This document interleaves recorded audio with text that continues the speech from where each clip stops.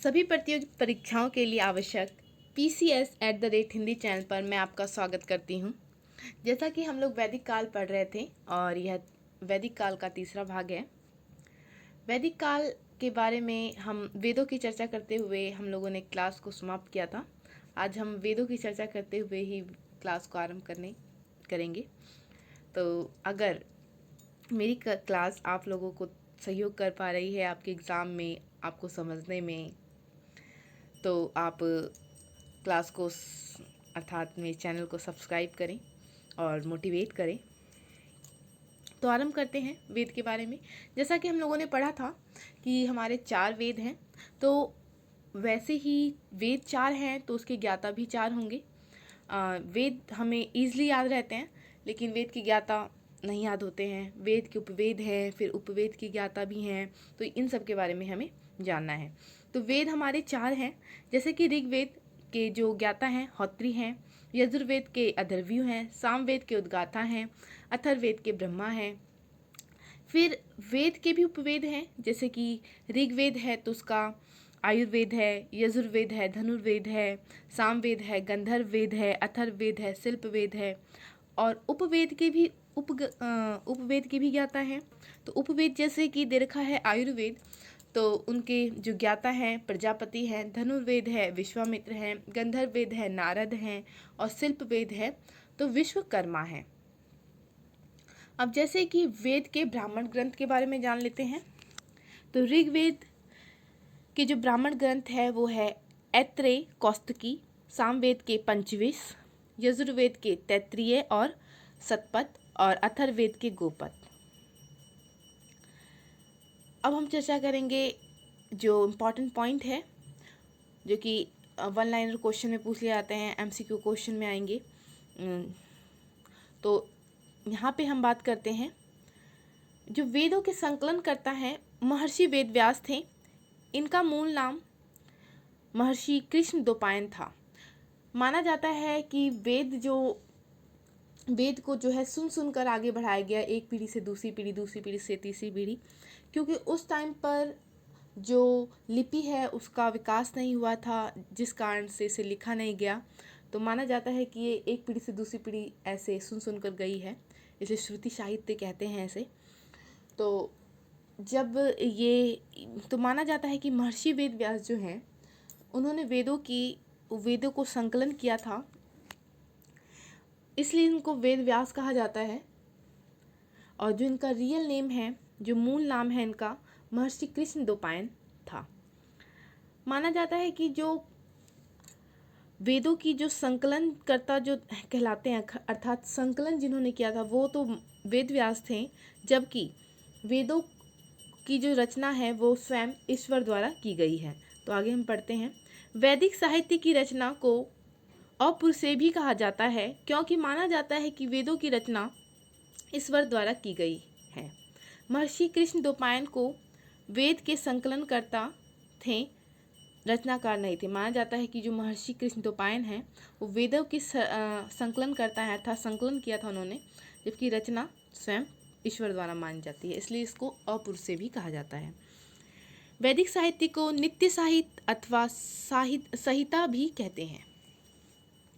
अब ये ध्यान रखना है कि वेद के बाद ब्राह्मण आता है, ब्राह्मण के बाद आरण्यक, आरण्यक के बाद हमारा उपनिषद, जिसे वेदांग भी कहते हैं।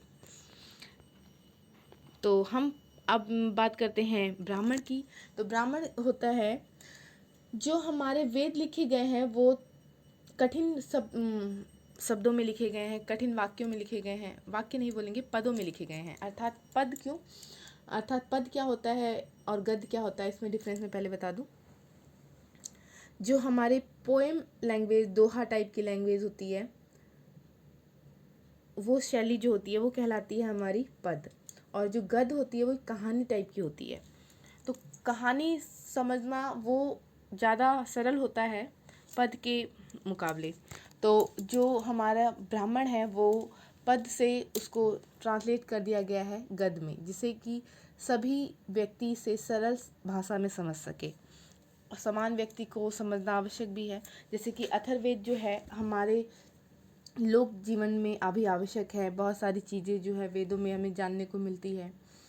तो अथर्ववेद में हमें बहुत सारी चीज़ें देखने को मिलती है जो हम लोगों से जुड़ी हुई है। जो हमारे बहुत सारे मंत्र हैं वो सब कहाँ से आएंगी, वेद में से ही तो आए हैं। गायत्री मंत्र हैं इत्यादि हैं, तो ये सब हमारे जीवन के लिए बहुत आवश्यक है। तो ये है, तो ये मंत्र इत्यादि जो है वो वेद में है इत्यादि। वैसे लैंग्वेज है और उसको सरल भाषा में दे दिया है, उसको ब्राह्मण कहते हैं। तो जैसे कि अब मैं पढ़ देती हूँ। वेदों की सरल एवं सुबोध व्याख्या ब्राह्मण कहलाते हैं।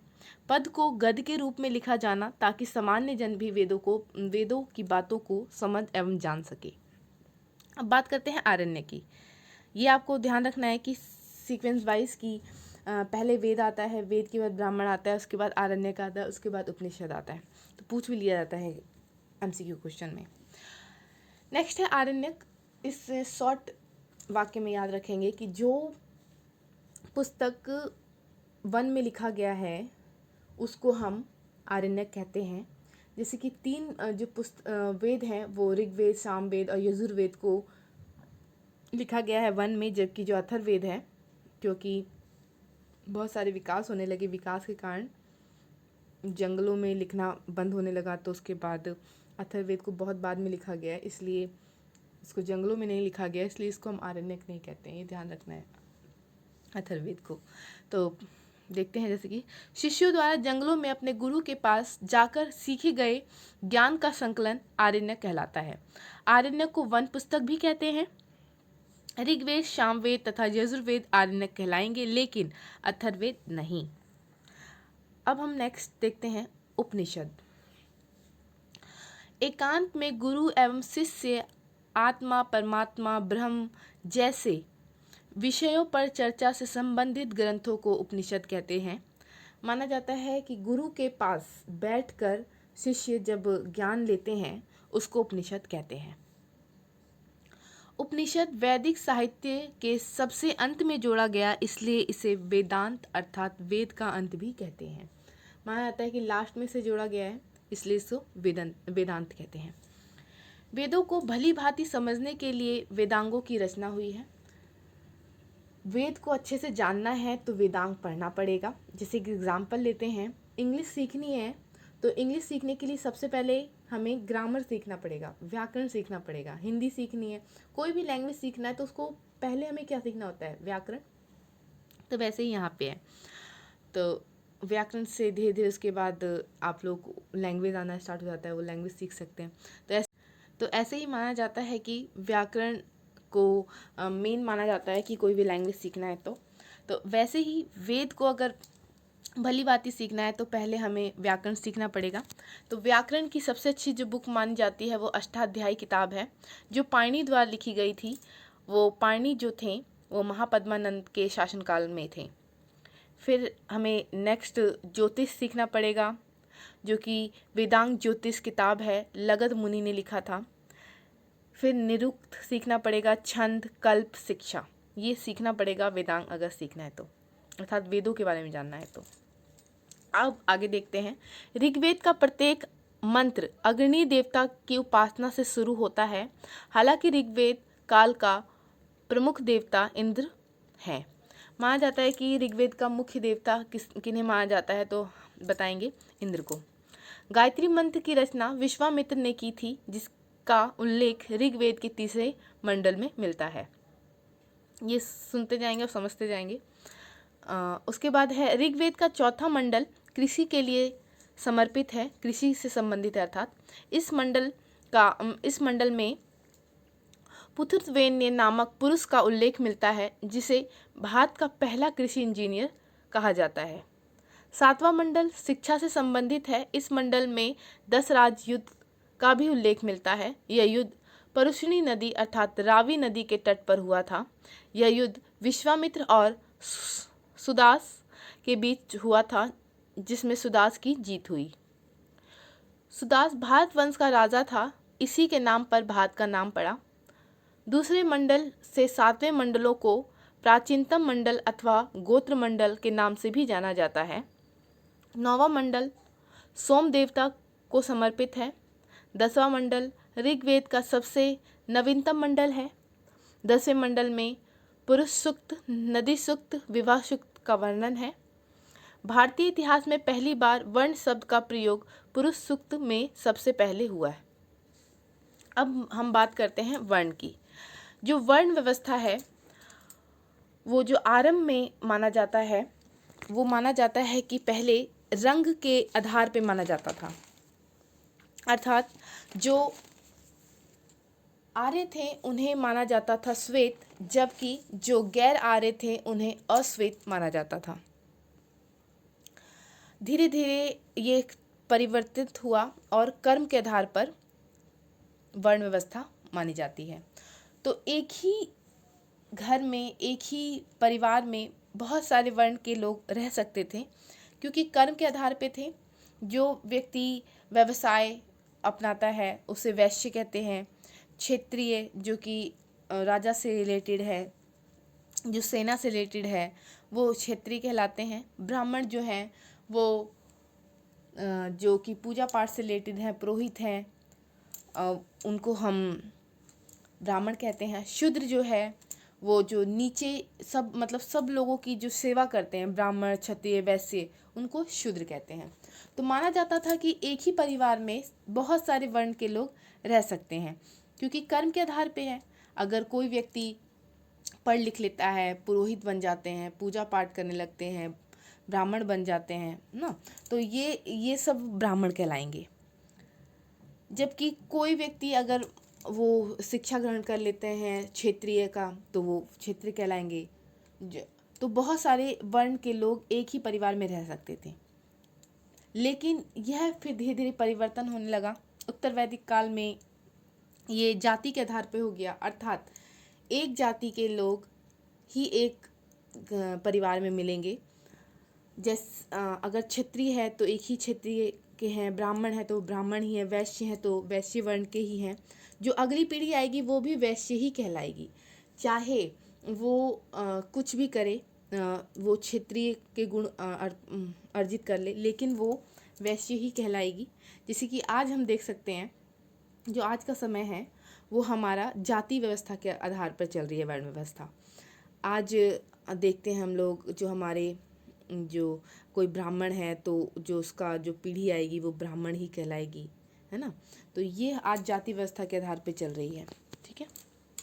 तो ये परिवर्तन हुआ। फिर नेक्स्ट पढ़ते हैं, यजुर्वेद के पुरोहित को अथर्वयु कहा जाता है।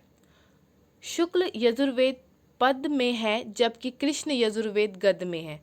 ये पूछ लिया जाता है कि कौन सा जो वेद है वो गद्य और पद दोनों में है, तो यजुर्वेद है।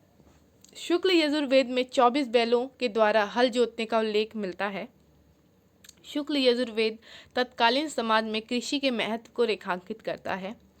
सामवेद का कोई मंत्र नहीं है। सामवेद के पुरोहित को उद्गाथा कहते हैं, मंडल नहीं है, हाँ। तो सामवेद का माना जाता है कि मंडल नहीं है, जबकि जो हमारे अथर्ववेद हैं, ऋग्वेद है, यजुर्वेद है, इन सब के मंडल माने जाते हैं, जबकि सामवेद ऐसा है जिसके मंडल नहीं है, ठीक है। जैमिनीय नामक ऋषि ने सामवेद को संकलित किया। अथर्ववेद श्रेष्ठ वेद, नवीनतम वेद, ब्रह्म वेद के नाम से जाना जाता है, अथवा अग्र नामक 2 ऋषि ने अथर्ववेद का संकलन किया। कुछ मंत्र ऋग्वेद से लिए गए हैं, जिस अथर्ववेद में। अथर्ववेद के पुरोहित को ब्राह्मण कहते हैं। तो जैसे कि ये सब है, ये सारे जो है MCQ क्वेश्चन में एक नंबर के क्वेश्चन में आएंगे, और इसके बाद एक और पार्ट आएगा। उसके बाद हमारा क्लास वहाँ से अर्थात वैदिक काल जो है समाप्त हो जाएगा। उसके बाद MCQ क्वेश्चन, उसके बाद मैं जैन धर्म, बौद्ध धर्म इत्यादि करवाऊँगी। तो आज हम यहीं पे क्लास समाप्त करते हैं। अगर क्लास पसंद आए, समझ आए, सहयोग कर पाए तो सब्सक्राइब करें चैनल को।